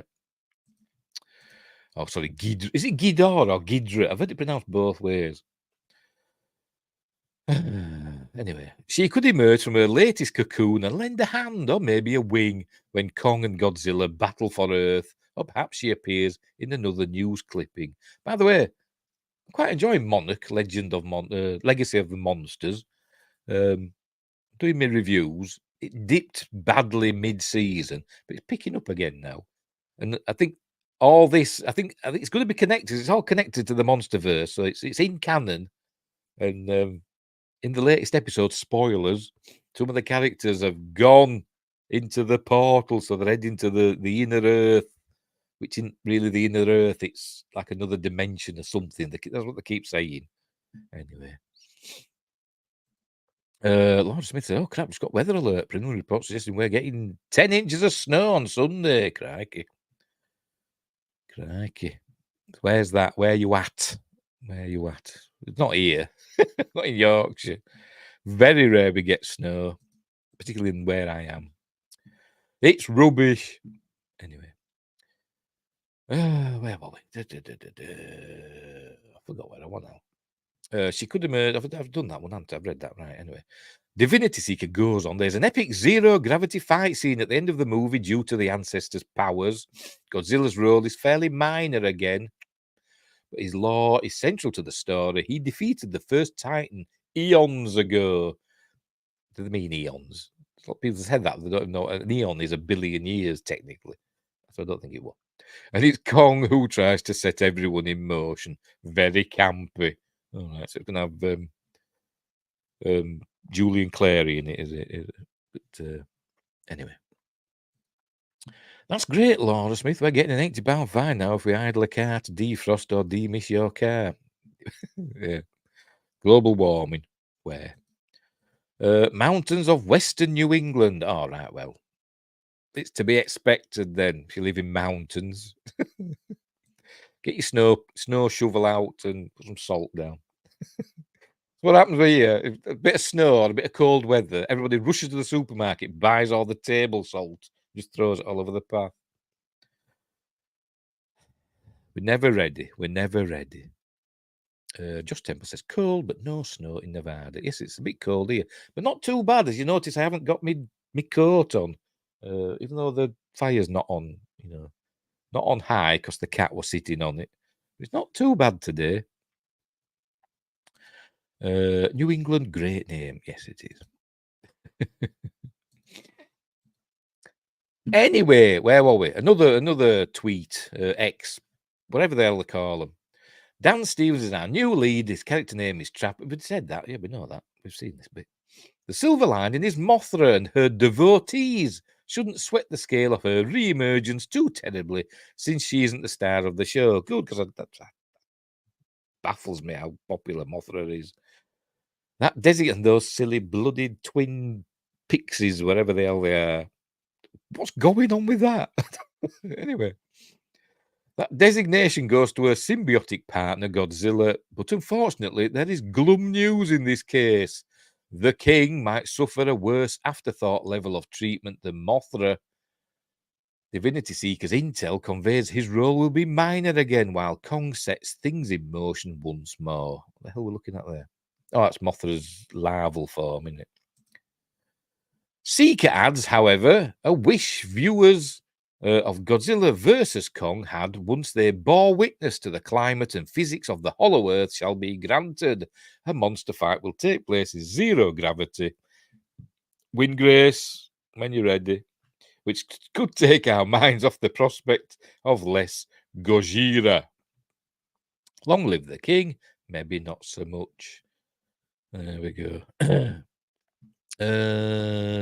Just Temple says, I live in the Sierra Nevadas, but no snow at 5,000 or lower. So you're at 5 million. So you're at 5,000 feet, are you? Let's say, I think here we're on it. I'm in Yorkshire. I think I'm about 300 feet above sea level. South Africa says, I live in Wiltshire, a few miles away from Stonehenge. Not that you asked. Me and my lad went to Stonehenge a few years ago now. Before the dark times of the lockdown. And it was shut. Went to Stonehenge and it was shut. And my son didn't want to wait. We'd got too early. We'd arrived too early. It wasn't open yet. And my son didn't want to wait, so I never got to see Stonehenge. So I were hoping to tick it off my bucket list, and I still haven't. Anyway, yes, sorry, I stepped out. Sorry, gravity. That's what I was saying. I was just waiting for you to interject. Laura Smith says, I'm only at 790 feet, but the foot of a 3,000-foot mountain. 1,000 feet. See, that's I'm about 300 feet, and probably sci-fi is probably lower than that because I'm in the foothills of the Pennines, but Wiltshire's quite low, isn't it? I think. But anyway, whatever. So anyway, back to Godzilla versus Kong. So Mothra's coming back. Yay! Is she coming back? Millie Bobby Brown. And did Vera Farmiga die? I can't remember. Because Godzilla King of the Monsters were rubbish. I like the first one, the 2014 one. A lot of people don't like it, saying, they always cut away just as the monster fights happen. They don't really, but it just appears that way. I like that one, and I liked Thingamabob, Kong Skull Island. I like that one. I didn't like Godzilla versus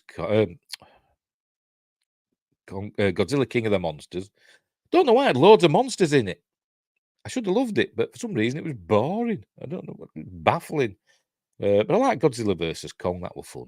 That was fun. All that. Sci-Fi Quest says, I missed last year's Winter Solstice Festival, but plan on going this year. What happens there then? Just get drunk at Stonehenge. With one of them, what they call them jars of cider, because you're down that air, that roughly that way, aren't you? the what they call them, the jars that have the little ring that you hold within. It's up the side, the scrumpy through it. Sorry, Laura Smith says, I saw Stonehenge back in the days when you could go inside the circle. Yeah, that's it. You can't now. It's all cordoned off and you've got to go through the visitor centre and stuff to get to it. You can't just go and visit it. But Josh Temple's telling us the high points of the Sierra Nevadas is 9,000 feet. Cool. I think the highest mountain in the UK is only something like 3,000 feet high, isn't it? Something like that. Ben Nevis. Santa Cruz, I believe it's one of the very few times of year you can walk up to the henge. Yeah. Like I said, we never got to see it because my son didn't want to wait. I think we're on about half an hour. So we could wait half an hour for it to open. No, want to go. Because we hadn't actually gone to see Stone. We'd gone down south to go to Longleat Safari Park because he likes animals. So we'd gone there and we stayed overnight in a travel lodge. And the next day I said, before we go home, I want to go see Stonehenge. So, but we arrived too early and he didn't want to. But I saw it from the side, from driving past. I saw it from the road. So that's going to have to be my visit to Stonehenge. Anyway, I don't think the visitor centre is what the aliens had in mind when they built it. No, I don't think it is. It wasn't the aliens. It was Xena, wasn't it, that made Stonehenge? I think. So we were in an episode that Xena created Stonehenge. It was a building or something, wasn't it? And Xena caused all a calamity, and all the roof and everything, and the walls fell out, and Stonehenge were left. Something like that. Anyway, right. So what we're talking about? Oh, Godzilla X Kong. Yes. So there we go. So Godzilla's got an upgrade, a pink upgrade. Is Godzilla now a they them? Probably. But he's not going to be in it much. Kong is going to be in it more, and Mothra and Scar King. He looks a bad and doesn't he? So anyway, yeah, when's that? When's it out anyway? I don't know. Don't know when it's out. Does it say? Does it say when it's out? No, it doesn't. I don't know. This year sometime. But anyway, all because people wrote their names and graffiti on the stones. Been doing it for thousands of years, haven't they? I mean, people have been carving the names onto the stones, haven't they, for thousands of years? Never mind just a bit of permanent marker. But anyway. Right, that's it. That's the last story for tonight. Still don't know why I'm not full screen. Bizarre. Never mind. Don't matter. Yeah, so there we're done. Hang on, let me do that. So we'll leave it there. What's coming up next? What day are we on? Wednesday. So Friday, hang on, Romans carved their names. Yeah, I bet lots of other people did as well. As well as aliens. They'll have done it with a laser. Probably on the top of Stonehenge, there's lots of aliens' names written in laser. But we can't understand it. We just think they're, some ritual lines and squiggles. Probably. I don't know. Friday's Appointment with Fear Night. This week we're doing The Exorcism of Emily Rose. I'm hoping my Blu-ray arrives. Otherwise, I'm going to have to go searching for my DVD, which is somewhere. It's either somewhere over there where all my DVDs are. Over there where all my DVDs are. Or it's upstairs in a box. I can't remember which. So that's on Friday. Next Monday's Magnificent Mondays is Gremlins. I have got the Blu-ray of that. So that's something to look forward to. Right. So we'll leave it there. So thanks everybody for joining in. Thanks Laura, and thanks Sci-Fi Quest, and thanks Wingrace, and thanks Josh Temple, and thanks Kerry, and is anybody else? Have I missed anybody? As I always say, the chat always makes it a billion gazillion times better than just me wittering on to myself. I'll just make sure there's nobody in the Rumble chat. No, nobody's popped anything in the Rumble chat. And there's nothing appeared, I don't think so anyway, on the X. I'm not sure. I'm not exactly sure how this streaming live on X works. How do people talk to you through X? Do they just leave a comment? They haven't done anyway. I don't know.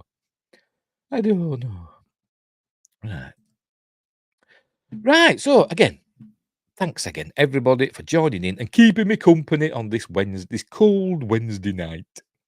So I'll see you later. I'll see you next time. And thanks for watching. Wherever you are, look after each other. And until next time, I'll see thee.